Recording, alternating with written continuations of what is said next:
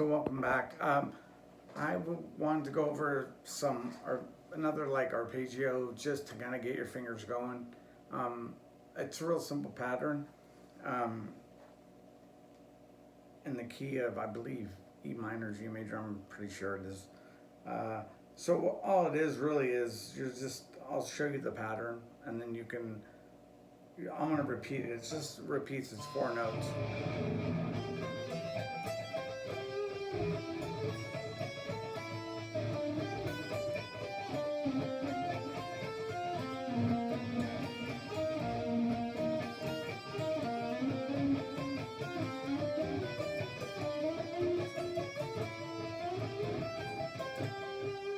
So you can, with that, just that pattern, you can move it all up and down the neck. Basically, it's not hard. It would be 12 on the G, 13 on the B, 12 on the E, and then you would hit 15. So.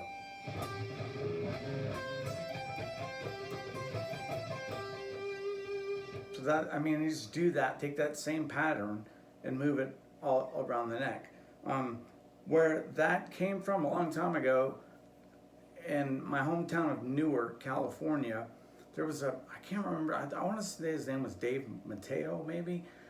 I asked him, I said, look, I want to be able to play like, Jason Becker, type arpeggio. So he actually showed me this arpeggio.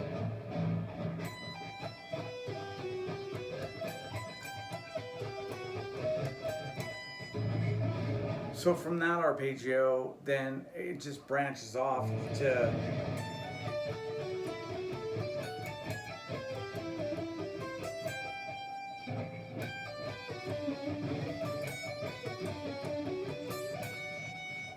so by knowing that arpeggio, I just took it and you just break little parts down off of the arpeggio, and you only do it across, the G, B, and E strings, and it's pretty simple, and it's good to get you, like I know earlier the little sweep thing I did, it was a little more in depth. I probably should have put this out first, but this is kind of like, if you watch the way I pick it,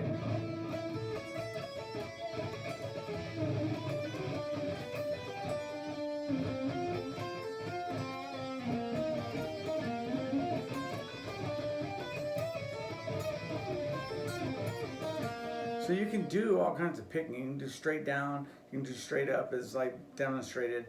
But the main thing is just to be able to move that shape around. And once again, it sounds cool. Like really, it sounds cool. Like what Ingve says, if it sounds good, it is good. That sounds pretty good.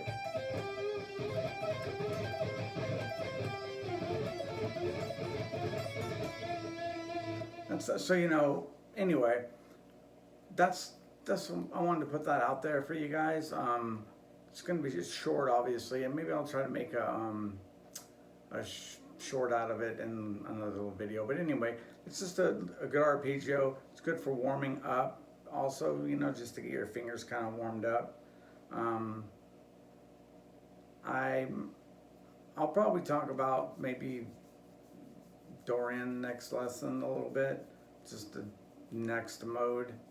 We're a little reluctant on it because I'm just trying to keep things simple, because like I said, I'm not trying to teach Steve Vai how to play guitar. Like I'm trying to help people that are interested and that want to learn, because they're going to get the most out of this type of stuff.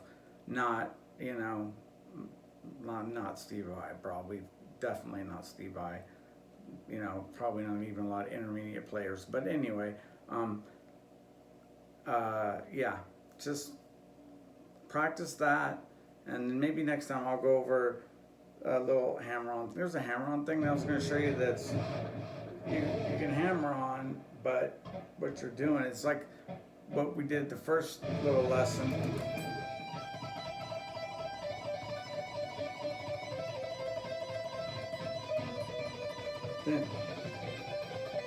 So on the B string now.